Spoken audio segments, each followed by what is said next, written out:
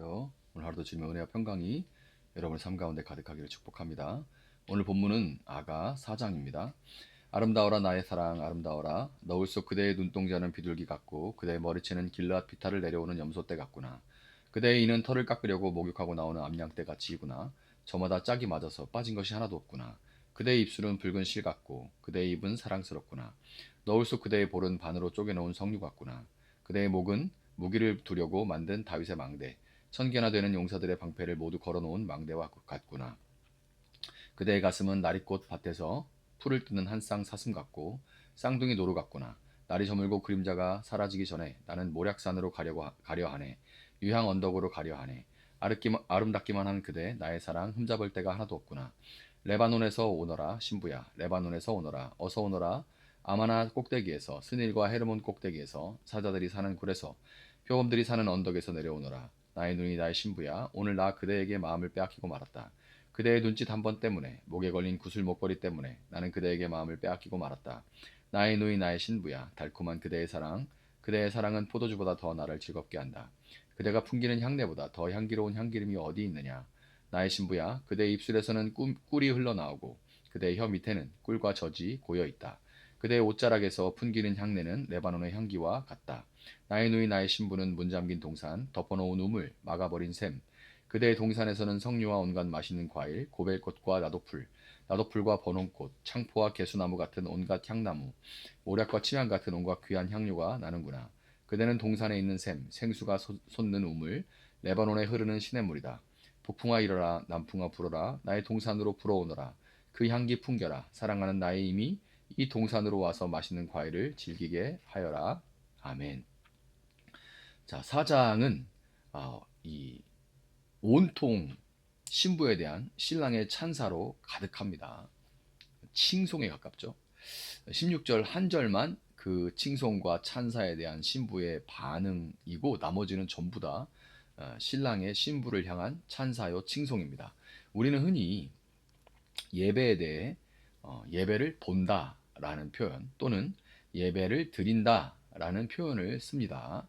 한때 이 본다라는 표현이 말 그대로 예배를 목사가 하는 원맨쇼를 관객 입장에서 이제 성도들이 구경한다라고 그렇게 이 표현에서부터 표현에서부터 그렇게 예배를 그런 식으로 수동적으로 여기게 된다라고 해서 예배를 본다 이런 표현을 지향하자라는 그런 움직임이 좀 있었습니다. 그 논쟁이 좀 있었어요.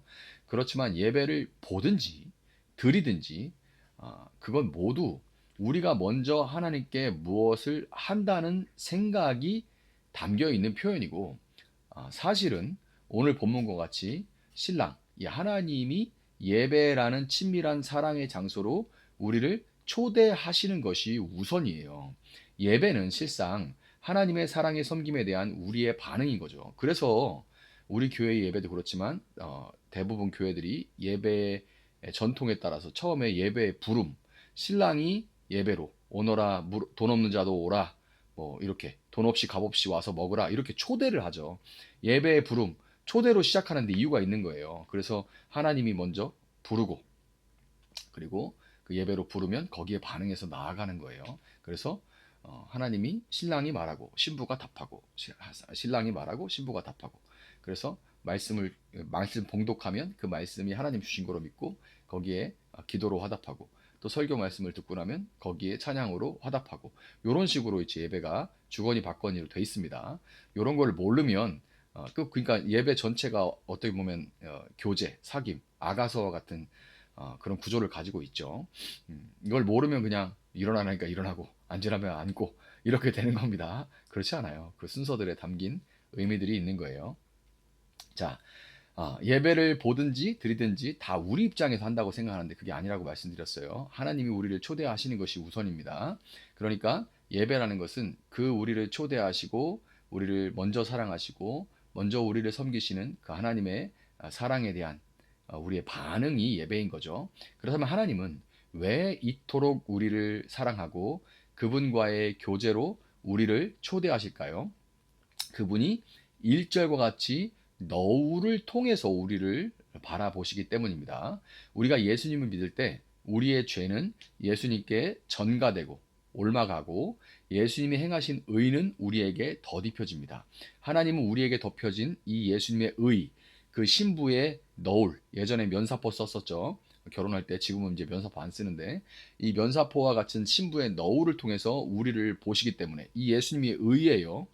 누가 우리 신부에게도 면사포를 씌워주는 것처럼 예수님의 의가 우리에게 면사포로 너울로 씌워지고 이 하나님은 우리를 그것을 통해 너울을 통해 보시기 때문에 그때부터 우리는 그분의 눈에 본문 2절 3절과 같이 보이게 되는 겁니다. 눈도 예쁘고 머리채도 예쁘고 이와 입과 입술과 볼 어느 곳 하나 사랑스럽지 않은 곳이 없는 거죠.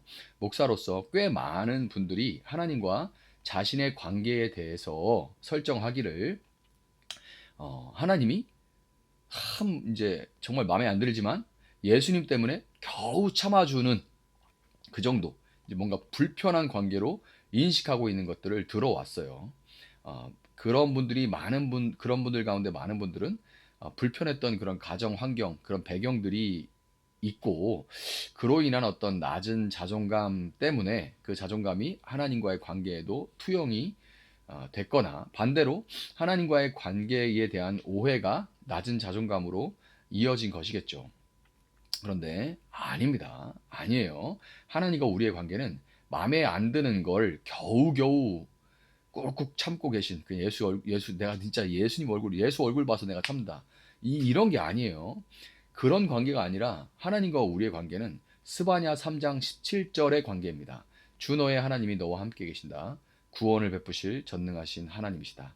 너를 보고서 기뻐하고 반기시고 너를 사랑으로 새롭게 해주시고 너를 보고서 노래하며 기뻐하실 것이다. 아멘. 이게 하나님과 우리의 관계예요. 우리를 사랑하시는 신랑은 6절 나는 모략산으로 가려하네 유향 언덕으로 가려하네와 같이 신부된 우리와의 친밀한 교제 자리를 열망하십니다. 우리가 신랑이신 하나님을 예배하면서 그분을 찬양하고 기도할 때 하나님은 11절을 노래하십니다. 우리가 그렇게 그분을 찬양하고 예배할 때 하나님은 동시에 11절을 노래하고 계세요. 그대의 입술에서는 꿀이 흘러나오고 그대의 혀 밑에는 꿀과 젖이 고여 있다. 그대의 옷자락에서 풍기는 향내는 레바논의 향기와 같다. 노래를 잘하든 못하든 기도를 잘하든 못하든 우리에게서 꿀이 떨어진다고 신랑 되신 하나님은 그렇게 표현을 하고 계시죠. 그렇다면 이런 압도적인 사랑을 받고 있는 우리의 반응은 어때야 될까요? 우리가 어떻게 살든 하나님은 우리를 사랑하실 테니 한 번 구원은 영원한 구원이라고 했으니까 내키는 대로 살아도 되는 걸까요? 아니죠. 하나님을 예배하기 전에는 하나님을 예배할 사람처럼, 예배한 후에는 하나님을 예배한 사람답게 살아야만 하는 겁니다. 그러니까 하나님을 예배하기 전에는 하나님을 예배할 사람처럼 살아야 돼요. 그리고 예배한 후에는 하나님을 예배한 사람답게 살아야 돼요.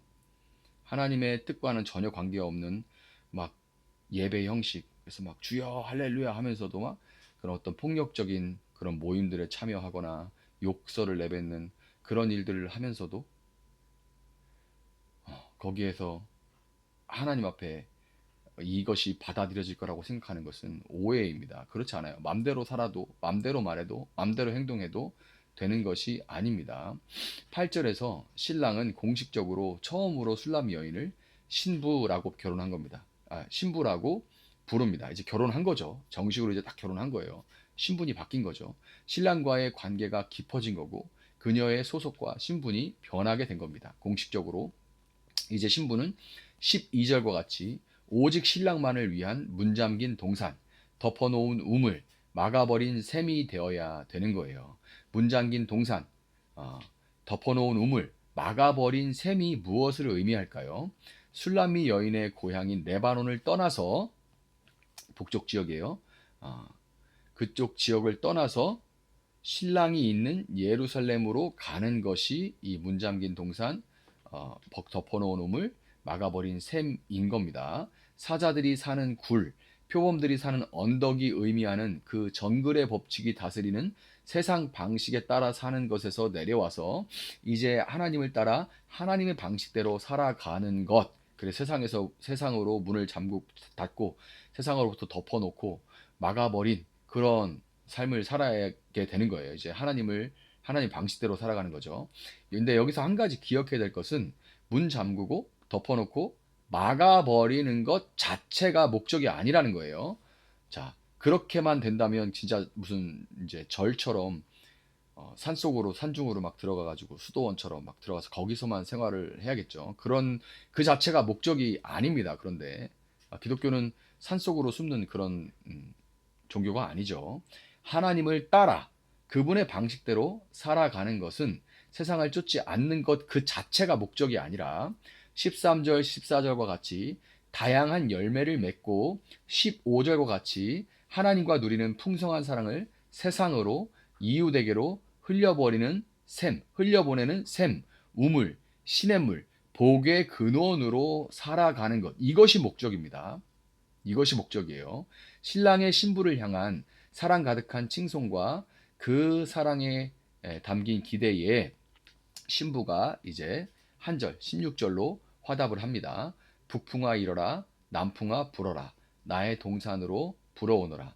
그 향기 풍겨라, 사랑하는 나의 이미 이 동산으로 와서 맛있는 과일을 즐기게 하여라 하고 이렇게 지금 기도로 응답하고 있는 겁니다. 신랑의 섬김과 사랑에 이제 기도로 응답하는 거예요. 근데 뭐라고 해요? 이 동산으로 와서 맛있는 과일을 신랑이 드시게 해라. 시각, 청각, 뭐 후각, 촉각, 미각 이런 거를 오감이라고 그러죠. 육감 빼고 여자 육감 빼고 오각 이거 오감이라고 하죠. 말씀드린 순서대로 점점 나와의 거리가 근데 가까워집니다. 그러니까 시각은 좀 멀어도 보이고 청각은 시각보다는 좀 가까워야 들리죠. 그 다음에 후각은 더 가까워야 냄새를 맡을 수 있어요. 그 다음에 촉각은 만져야 느낄 수 있는데 미각은 거기서 더 나가서 아예 내 혀에 내 몸에 들어와야 느낄 수 있는 거죠. 그래서 아예 나와의 거리가 없어져야 되는 거예요. 그래서 굳이 과일을 맛있는 과일을 미각으로 느끼게 하여라라고 이 신부가 반응한 거. 이거는 신부가 신랑과 사랑으로 온전히 연합해서 내가 그분 안에, 그분이 내 안에 계신 자로 살아가기를 간절히 소망하는 기도인 거예요. 그리고 찬양으로 신랑의 음성에 이 신부가 지금 반응을 하고 있는 겁니다. 이렇게 하나님과의 예배, 하나님께서 먼저 섬겨주심과 그 사랑에 반응할 때, 이 사랑에 겨운 나는 정말 그분이 내 안에, 내가 그분 안에 있는 것으로 살아가겠구나 하고 살아갈지어다 이렇게 지금 선포하고 기도하고 있는 겁니다. 오늘 여러분의 신랑 되신 예수님의 사랑을 풍성하게 누리면서 그 사랑에 반응하는 순결한 신부로 살아내기를 소원하는 그런 여러분들 될 수 있기를 예수님의 이름으로 축복합니다. 잠시 기도하겠습니다. 사랑하시는 주님 감사합니다. 오감 중에 이 미각으로 표현한 신부의 그 고백, 기도와 같이 우리의 삶이 참으로 하나님 안에, 하나님이 내 안에 있는 자로 예배하기 전에는 예배할 자로, 예배한 후에는 예배한 자로 살아갈 수 있는 저희들 될 수 있도록 주님 도와주시기를 원합니다. 참으로 저희 삶이 주님 앞에 향내나고 주님께 아름다운 그런 과실이 될 수 있는 그런 삶이 될 수 있도록 하나님 우리와 함께하여 주시옵소서. 감사함의 예수님의 이름으로 기도합니다. 아멘. 오늘 주신 말씀 붙들고 계속해서 기도합니다.